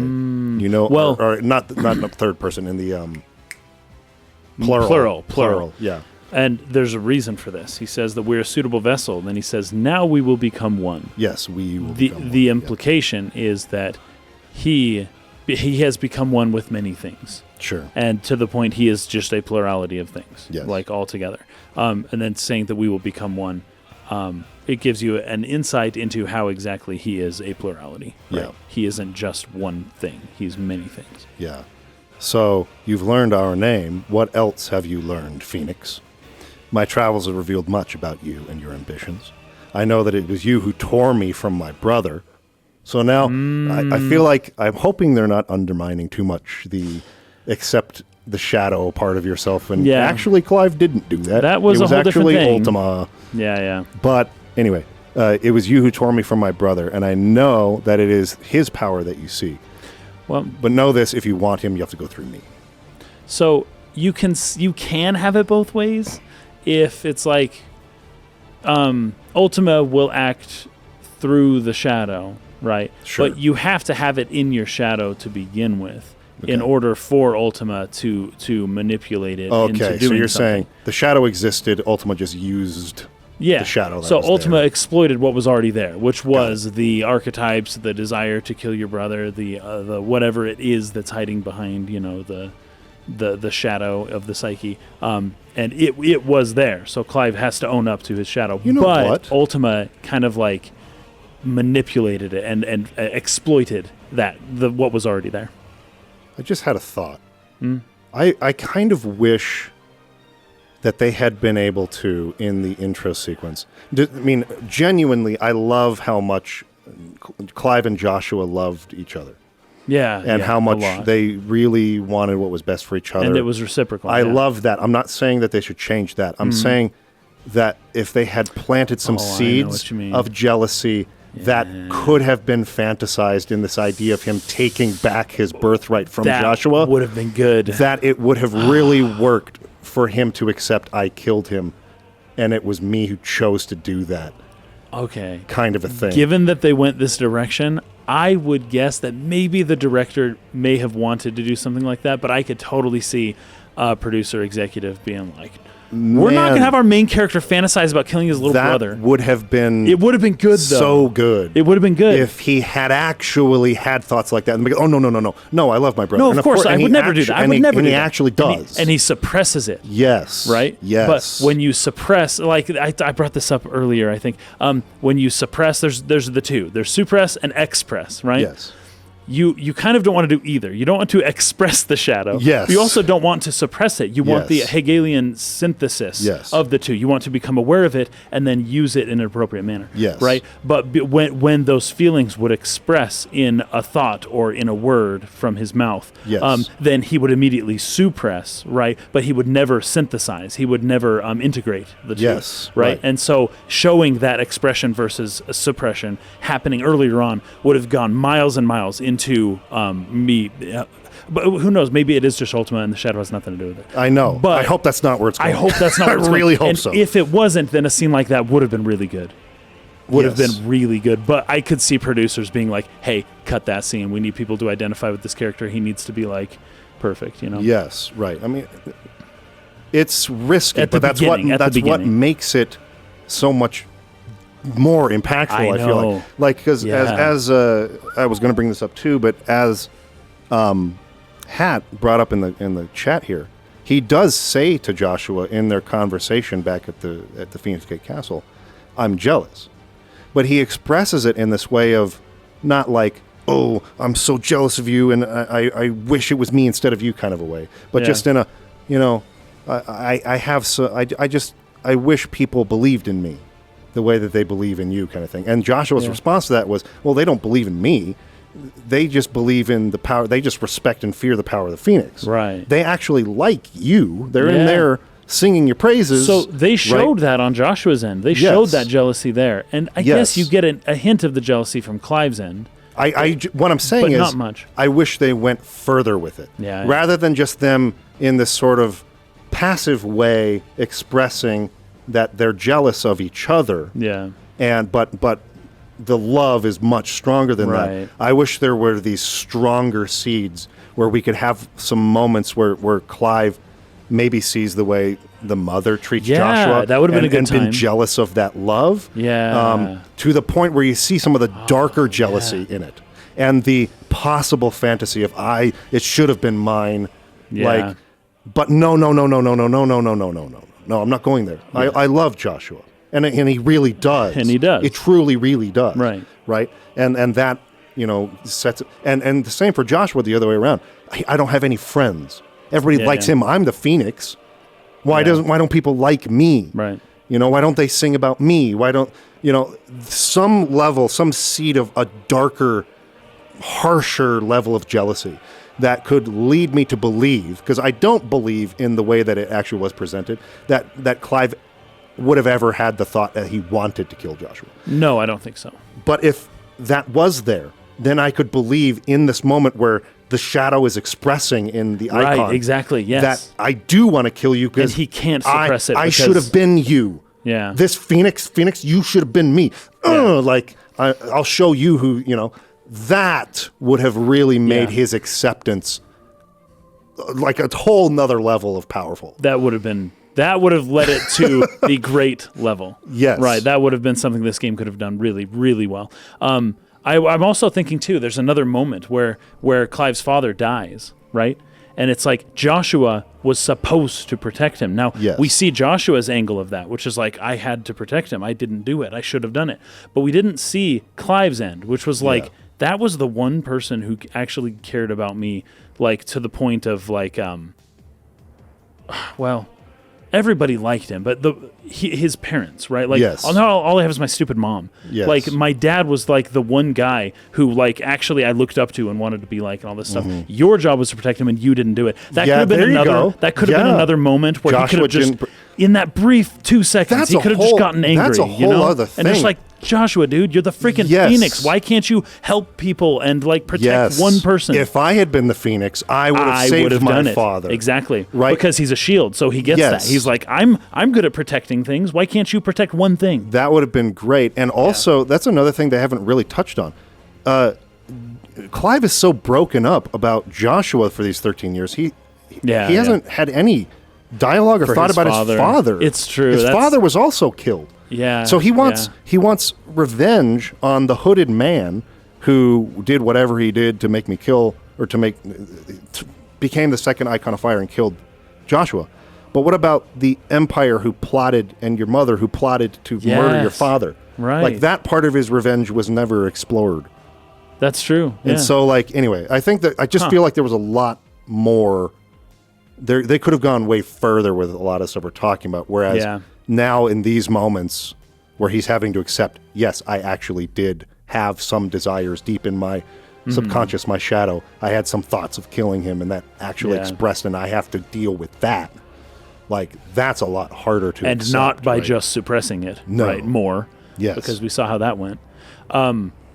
That's really good. I almost wonder if maybe the producers were like, hey, look, dude, it's got to be a surprise. We don't want people to know that he's Ifrit. Yeah. The trouble is, in their marketing, they revealed it anyways. And so it's like, they could have done it. They could have done it. And I get it. Like, some people may have been turned off by that in the game. But it would have helped the theme come more. I think it also would help to explain why Joshua has not come to Clive yet now. Like, he's sort of just behind in the shadows and just sort of following him. Yeah. But he hasn't actually come out and said, I'm alive. You don't have to go for revenge. I'm still here. Right. Like, I'm not dead. Or I'm the Phoenix, remember? I could freaking reborn. Yeah. That's what I do. Yeah. And, well, let's work together now. But if there, again, was some sort of, like, seed there of the jealousy of each other that was sort of making assumptions like we just talked about. Right, making assumptions. Oh, he'd be mad at me. Oh, he hates me. Or like, he killed me because he was jealous of me. That's right. Or there's some darkness in him or Joshua whatever. Doesn't know. Yes. Or he killed me because I let my father die. Like, once again, just bringing it back to that point that Joshua should be feeling horribly regretful about. Yeah. And maybe even, like, maybe assuming that Joshua or that Clive could have done it on purpose. So then you would make sense. Oh, I'm assuming my brother wouldn't want to talk to me or that he hates me now. They're both assuming that about the other. And so that's why anyway, this became like not what this was intended. We're writing fan fiction. So, like, I don't even know how much of that we're going to keep. Point is that I don't know. I hope that they don't make it that Ultima was like manipulating Clive somehow. Yes, and that Clive doesn't have really a shadow. Kill him. It was Ultima all along. I just hope they're not going that route with it, because that would really undo something I think that was really great about the whole acceptance scene. But okay, so he shoots a bunch of fire at him. They can't hurt each other. Leave my brother alone. Yeah. And this is getting us nowhere. Yep. We agree. No more games, Phoenix. We've come to reclaim our vessel. But this is the biggest line ever here. Yeah. The Phoenix says, have you forgotten who I am? I am already. What is he talking about? I now know. This is just Joshua. He's the Phoenix, right? Like, okay, he's talking to someone who already knows he's the Phoenix. Yes. But there's another layer here about Joshua that we are completely missing. Yes. When Joshua says, have you forgotten? Forgotten. So they know each other. They have been acquainted. They haven't seen each other in a while. But have you forgotten who I am? Meaning, not only have they met before, but also there is something that Joshua is at his core, who he truly is, that is beyond even the Phoenix. Yes. What is it? And I'm really curious about that. That's an interesting take, because I was thinking he was referring to the fact that he is Phoenix. That the flames of rebirth are a part of it. Because I think what Ultima says is, these flames are nothing. You will know what it is to burn. And then I think Joshua says something like, yours is a fleeting form, and I know I can't harm you. But to protect my brother, I don't have to harm you. Right. And then he creates this circle of fire. And what Ultima says, these are not flames of destruction. And then in response to that, he says, have you forgotten already who I am? So they're flames of life and rebirth and help. That's what I thought. That could be it. But except for when he said, this is not, read it again. These are not flames of destruction. Have you forgotten already who I am? But even before that, these flames are nothing. Yeah, these flames are nothing. You will know yours what it is to burn. Yours is a fleeting form. And then Joshua says back to him, yours is a fleeting form to Ultima. Ah, I see. Okay. I'm not fool enough to think I can harm you, but to protect my brother, I don't have to. So he's using some kind of power not meant to burn or harm. You're probably Ultima. Right then. Yeah. But it's that other kind of fun, like you said, he was healing people earlier, right? You're right. But, okay, have you forgotten who I am? And then he sucks the demon inside into of himself. Yes. I think that in conjunction with have you forgotten who I am leads me to believe it's more than just the Phoenix. Like, have you forgotten who I am? I own you, or I can take your form and you were going to take Clive and join him to you. Yeah. I'm going to take you and join you to me. Yeah, like, that's right. not the Phoenix's power. I feel like there's something else about Joshua I think you're that's right. even more special than just the Phoenix. I think you're right. I think, and that's the whole thing. And this is kind of again, maybe a bit of a, like, it's nitpicky, and I realize that. I'm not trying to be nitpicky for nitpicky's sake or to be negative, but just because I enjoy breaking down and analyzing and talking through things, and I just find it enjoyable to do. But one thing that's a bit of a pet peeve of mine with fantasy stories and with magic is when you use magic that has not been explained, or when you don't really explain the rules very well. That's true. And things kind of just happen, and I don't really have any understanding of how this is happening. Like, I'm sure there was an ATL perhaps during the cutscene perhaps that we missed, that I haven't read yet, or maybe they're waiting to reveal this. They want to use it as a new mystery, right? Yeah. Like, who is Joshua? What is this power he's using? Yes. I'm not saying it's wrong, but it's just something that I kind of check out a little bit when this tends to happen, because it's like, well, I don't know the rules here. Just wait until they tell you what happened. It seems like Ultima is the strongest being here. Yes. But then he can just be Josh is who, like, grabbed. He can just do this. Yeah. When did he get... There's just so much not explained. What if Ultima is Joshua's shadow, manifest, and that Joshua's... this is fan fiction again. And then Joshua's shadow has the Thanatos, the death drive, Sure. and that shadow is the one that got Clive to kill him. I don't know. Oh, geez, it could get really complicated. But it's so interesting that he sucks him into himself. And then he seems to function perfectly fine. Not perfectly fine. He's sick. He has a sickness. And I would guess that containing Ultima within his body has something to do with his illness. Right. But whether... And maybe it has something to do with his shadow, too. I don't know. Well, I mean... that's very interesting. All dominates cough blood and things like that, which we'll see with Joshua later. It's when they're true. using their power. Now, it seems like he's almost constantly... Joshua's different, though. He's... At this point, I would think constantly exercising some level of magic. Something. Because you've got to keep Ultima trapped inside. You got to suppress. So, like, that's like a base... Like, he would be maybe on the fast track to petrification, I would think. That'd be crazy. By doing this. And so I like it in that sense. Well, he has a glove on almost all the time later on. So I'm thinking he's covering up a stone hand or something. Okay, maybe. But, well, actually, I'll have to go back and look at the scene because maybe he took the glove off now that I'm thinking about it. Not important. Okay, the important thing is, what I like about this is that Joshua is being self-sacrificial because of his love for Clive here. So he would be, I would think, maybe I'm totally wrong, totally off base on this.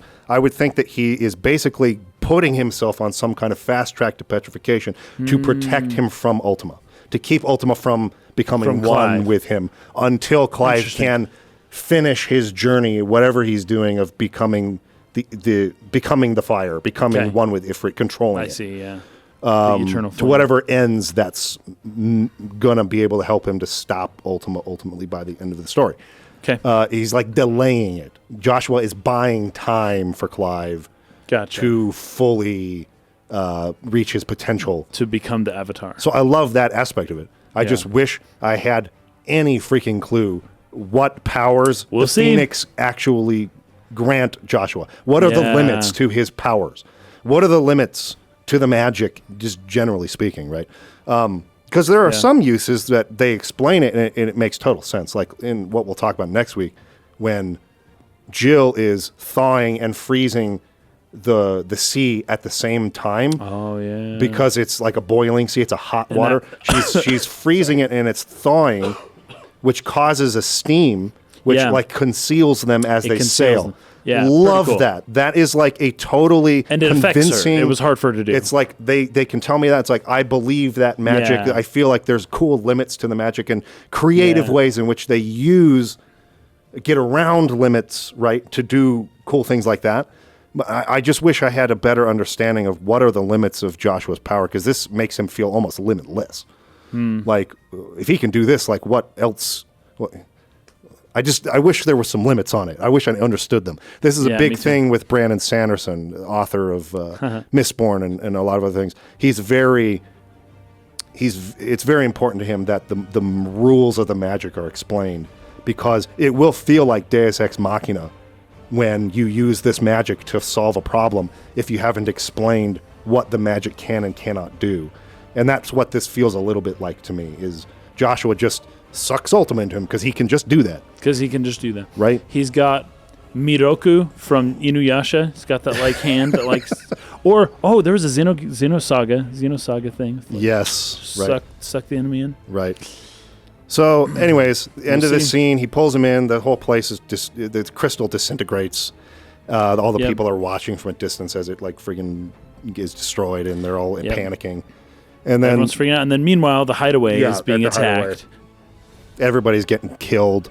Gav loses his eye in a fight with that dude who, ratted him out. But he takes something important first. He grabs the crystal. That's it. With the swords in it, right? That's right. And they escape, but like a bunch of people are killed. And then Kupka turns into Titan and just freaking demolishes the whole freaking mountain they were living in. Yeah, crazy. And it leaves off there with Gav saying, "Sid, where the hell are you?" And it fades to black. And then we come to a 5-year time skip. 5-year time skip. Which also, there's like an owl. We'll talk about it next time. There's an owl with like blue eyes or something. The Stolas. The names of the owls that have. Stolas is a demon from the Ars Geisha. Oh, really? Usually depicted as an owl. So for once, Final Fantasy picked the name of the thing depicted and was correctly. Like, "Here's the thing," right? Instead of anyways, kind of the phoenix, obviously. But, they actually stole that from the Ars Geisha, which is, I think, super cool. I didn't know that. All right. I think we're going to leave off there, and we'll talk about our feelings on a 5-year time skip and stuff next week.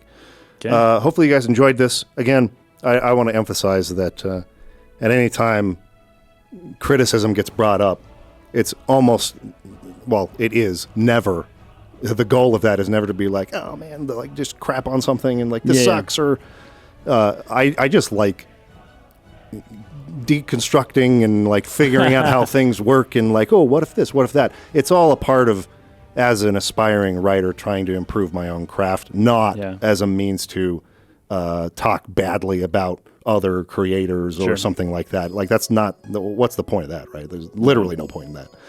Or to join any kind of like tribal side out there. Is FF7 remake or Final Fantasy 16 the future of Final Fantasy? I don't give a fetch about that. Like literally could not care less.